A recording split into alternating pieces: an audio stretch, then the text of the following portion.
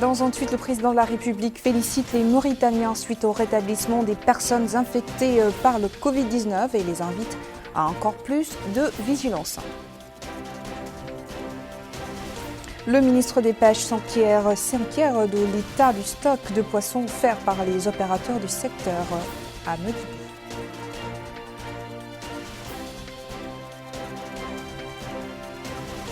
La garde nationale sécurise nos frontières, séparant le pays avec le Mali au niveau de la localité d'El Voulania.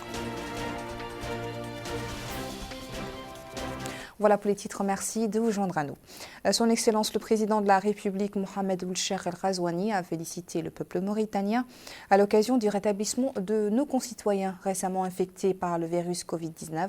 Dans un tweet publié ce matin, il les a invités également à respecter les instructions indiquant que les foyers de cette pandémie restent ardents à travers le monde. Retour sur ce tweet du Président de la République avec Mamadou Gueye.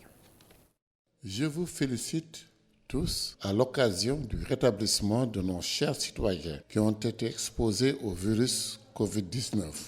Cela a été fait par la grâce d'Allah d'abord, puis grâce à vous. Néanmoins, nous ne devons pas oublier que les foyers de cette grave maladie demeurent ardents à travers le monde. Aussi devrions-nous rester vigilants et respectueux des instructions avec tout ce que cela demande de sacrifices et de contraintes. Dans le même contexte, le président de la République a présenté dans un second tweet des condoléances aux familles qui ont perdu un proche à l'étranger suite au Covid-19. Explication avec Mamadou Gueye. Nos condoléances aux familles de nos chers citoyens dans le pays ou à l'étranger décédés des suites de cette épidémie meurtrière et nos vœux de prompt rétablissement pour ceux d'entre eux qui sont encore en traitement à l'étranger. Une distribution gratuite de poissons sera effectuée dans les prochains jours à Nouadhibou grâce aux efforts déployés par les opérateurs du secteur des pêches. Ce matin, le ministre des Pêches et de l'Économie maritime a effectué une visite au niveau des lieux de stockage de produits de poissons destinés aux populations. Promesse due, promesse tenue. Les opérateurs du secteur de la pêche viennent de mobiliser 10 000 tonnes de poissons d'une valeur de 5 milliards de d'oukiya en guise de contribution dans le cadre de la lutte contre la pandémie du Covid-19.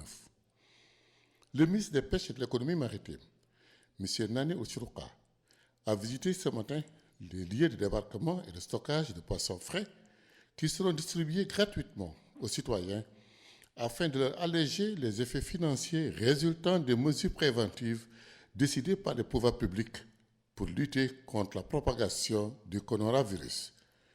Le ministre qui était accompagné du wali de Dakhlet Nouadhibou, du hakim de la Moukata, du président du conseil régional, du maire adjoint, des autorités militaires et sécuritaires et des représentants des opérateurs du secteur de la pêche, s'est rendu dans les différentes chaînes de froid de Nouadhibou où sont entreposés ces produits avant leur expédition vers Nouakchott, puis vers les différents centres de distribution du pays. Dans une déclaration faite au cours d'une brève rencontre avec les opérateurs, le ministre des Pêches et de l'Économie maritime a indiqué que l'objectif de sa visite est de s'assurer que les opérateurs se sont acquittés de leur engagement relatif à leur participation au renforcement du stock alimentaire en poissons en réponse à l'appel de son Excellence le Président de la République, M. Mohamed Ould Cheikh El Ghazouani.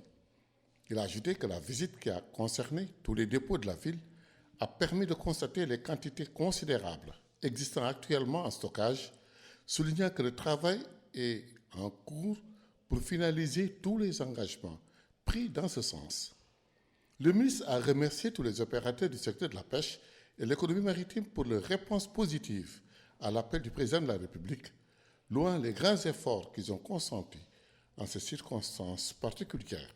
La mobilisation autour de cet engagement du secteur s'est manifestée à tous les niveaux et est l'expression d'une volonté de partage avec tous les citoyens qui doivent bénéficier des ressources du pays, et ce, en ces périodes difficiles de pandémie. On est là aujourd'hui pour assister à un débarquement d'un glacier qui livre des poissons à l'effort national, qui contribue à l'effort national de collecte de 10 000 tonnes de poissons. Vous voyez le bateau devant vous, il est en train de débarquer. C'est un petit chalutier glacier. Et le produit qu'il amène, ce n'est pas les produits pélagiques, c'est des produits les démerceaux. Le conseiller du Premier ministre chargé des affaires sociales a réceptionné aujourd'hui un don de la section mauritanienne de l'ONG Al-Baraka de bienfaisance internationale intervenant dans l'action humanitaire. Le don s'inscrit dans le cadre des efforts de prévention contre le Covid-19 entrepris par le gouvernement. Rabia Deda. C'est par ce don que la section mauritanienne de l'ONG Al-Baraka de bienfaisance internationale intervenant dans l'action humanitaire apporte son soutien à la lutte contre la propagation du Covid-19 dans notre pays. Ce don qui vient en appui au fonds de solidarité qui a été mis en place par son Excellence, Monsieur le Président de la République, Mohamed Ould Cheikh El Ghazouani, vient à point nommé. Soyez sûr, Monsieur le représentant de l'ONG Baraka, nous transmettrons fidèlement à son Excellence, Monsieur le Premier ministre, l'ensemble de la valeur du don que nous avons reçu ici. Mais encore une fois, la sensibilisation contre le Covid-19 reste notre credo numéro 1. Si nous voulons être épargnés, nous devons respecter ces mesures comme on l'a fait depuis le début jusqu'ici. Il faut que l'on continue sur cette lancée si nous voulons sauver notre pays. Parce qu'il ne faut pas l'oublier que la maladie reste encore dans certains pays, surtout des pays qui nous entourent. Ce don, composé d'articles d'hygiène et de produits de désinfection et de matériel médical, est mis à la disposition du comité logistique. Donc nous adressons également nos vives félicitations à notre président, son Excellence M. Mohamed Ould Cheikh El Ghazouani, ainsi qu'à son gouvernement, plus particulièrement son ministère de la Santé, pour les efforts qu'il déploie afin de préserver la santé de la population mauritanienne. Donc nous sommes à leur côté pour lutter contre cette pandémie qui menace le monde aujourd'hui. Donc nous remercions également toutes les équipes de Baraka City France et plus particulièrement son président fondateur Idriss Sy Ahmedi. Depuis 2014, notre bureau en Mauritanie est engagé auprès des populations mauritaniennes sur des projets humanitaires. Cette action rentre dans le cadre de l'effort national entrepris par les ONG et sociétés dans cette lutte contre la propagation du coronavirus qui nécessite l'implication de tous. Wilaya du Had El Gharbi, plus précisément à la localité de Loulania, où les habitants de cette région frontalière avec le Mali vivent au rythme des mesures prises par le gouvernement contre la propagation du Covid-19, notamment celle de la fermeture des frontières. Les habitants de cette localité ont apprécié les actions du gouvernement et insistent sur la nécessité de garder les frontières fermées. Aminata Khan. Les éléments de la garde nationale sont chargés de la surveillance de la frontière qui relie notre pays au Mali. Ces éléments de la garde nationale sont vigilants et redoublent d'efforts pour éviter toute entrée dans le pays. Conscients des dangers de la pandémie mondiale du Covid-19, les habitants de la localité de Boulania, relevant de la Moukata de Koboni dans la wilaya du Had El Gharbi, participent aux efforts de sensibilisation et d'éveil des populations. Les citoyens de cette localité frontalière que nous avons rencontrés ont à l'unanimité remercié le gouvernement pour les mesures prises pour contrer la propagation du virus corona. Certains ont déclaré que la sensibilisation a joué un rôle déterminant dans l'éveil des citoyens et ont contribué au changement des mentalités. D'autres demandent de l'aide au gouvernement, surtout en cette période de crise où le trafic entre leur localité et les voisins du Mali n'existe plus. Dans la ville de Marama, les populations ont salué les mesures préventives prises par l'État et déclarent leur disposition à accompagner les campagnes de sensibilisation visant à protéger les citoyens de la pandémie du coronavirus. Nous les écoutons. Avec une superficie de 2360 km² et une population estimée à 80 000 personnes, la ville de Marama vit au rythme de la lutte contre le coronavirus. Son emplacement à proximité des frontières avec le Sénégal le rend un centre commercial où les populations venant de dérives se croisent pour s'approvisionner de leurs besoins. Les habitants ne cachent pas leur satisfaction des mesures de prévention prises par le gouvernement, notamment le bouclage des frontières, et qui ont abouti jusqu'à présent à 0 cas confirmés de Covid-19 au niveau de Makama. On remercie avant tout d'abord le gouvernement mauritanien. Depuis que la maladie ça a commencé dans des pays européens et partout dans le monde, Mauritanie, on remercie Dieu.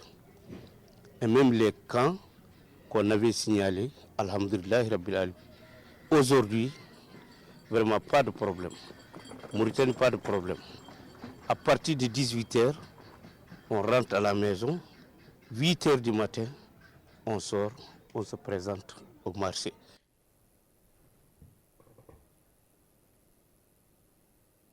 Le wali du Dagant Mortar ou le Hindi a supervisé à Tijigja la distribution de kits alimentaires au profit de 500 familles à faible revenu. Cette aide offerte par l'organisation El Khalifa pour l'action sanitaire, la prise en charge et le développement durable entre dans le cadre des efforts visant à soutenir les couches vulnérables dans ces circonstances particulières.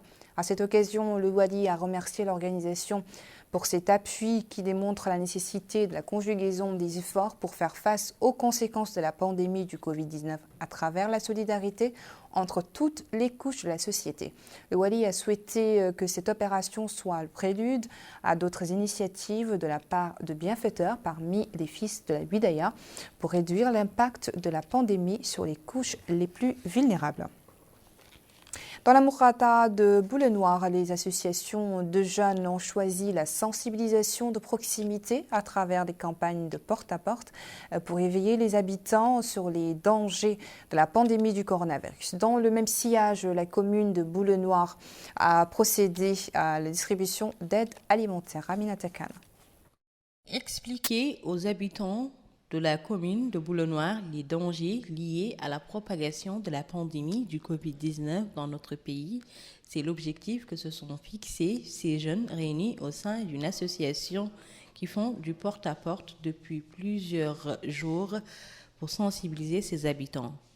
Ce jeune a indiqué que les habitants ne sont pas imprégnés de toutes les mesures nécessaires à prendre pour éviter de contracter ce virus.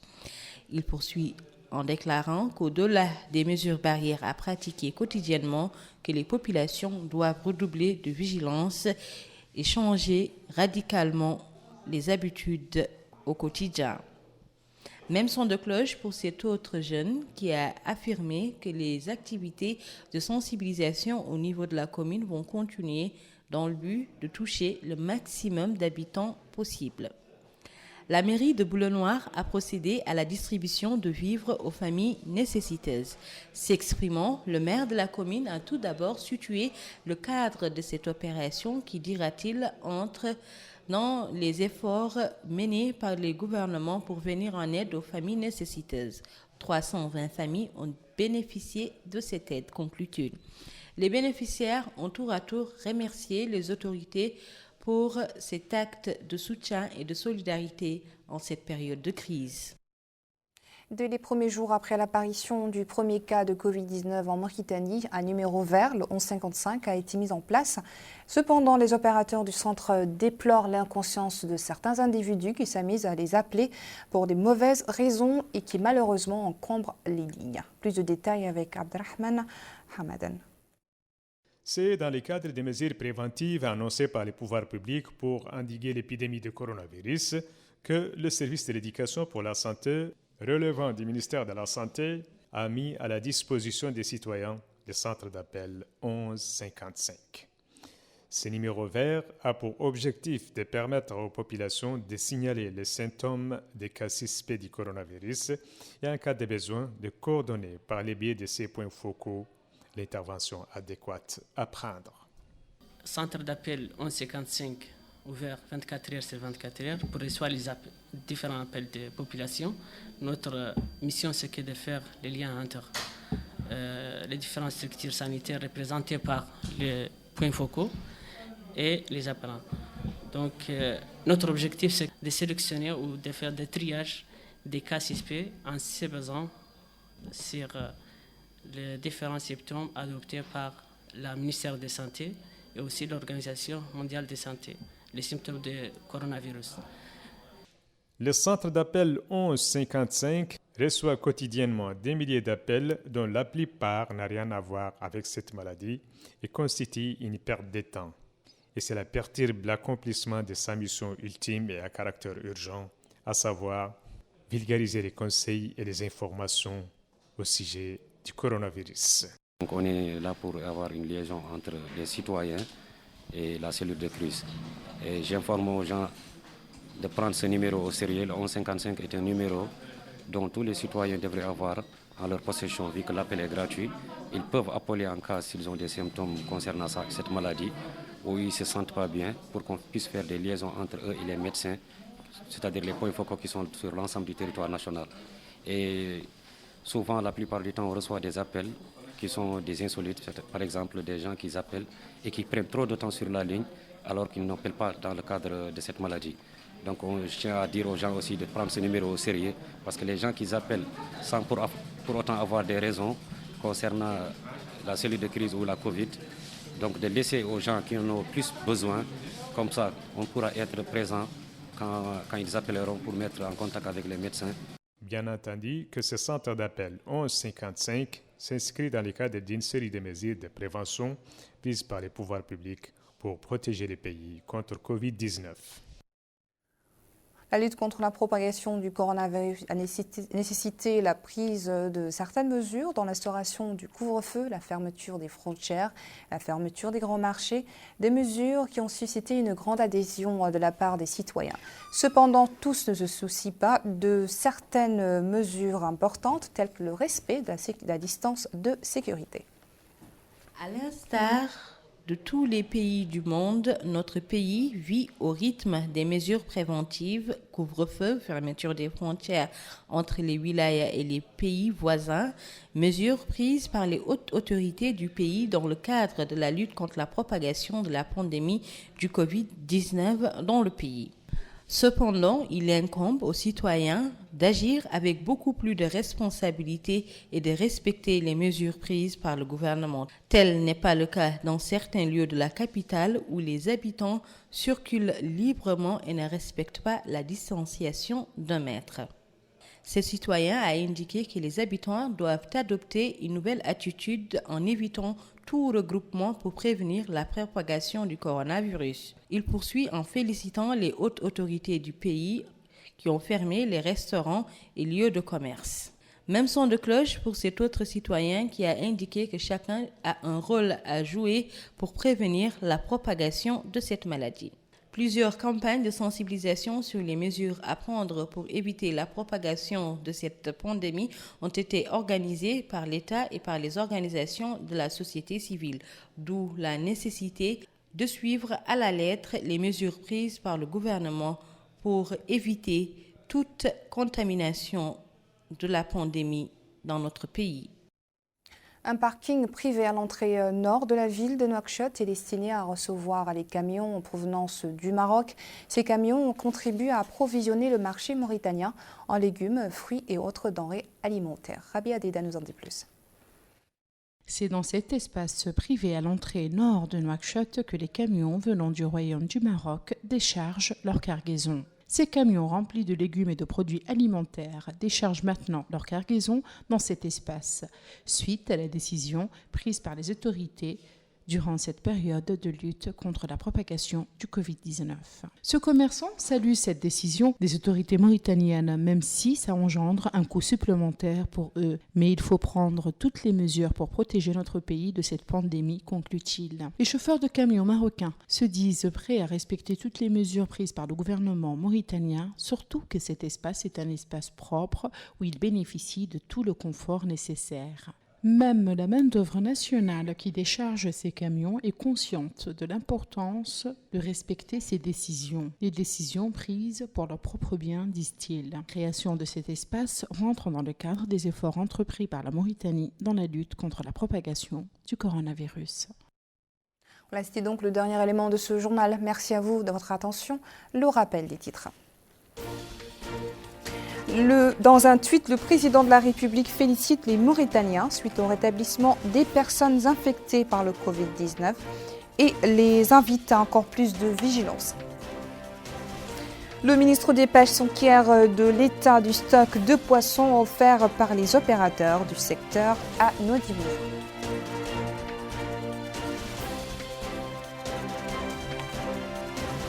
La garde nationale sécurise nos frontières séparant le pays avec le Mali au niveau de la localité d'El Voulania.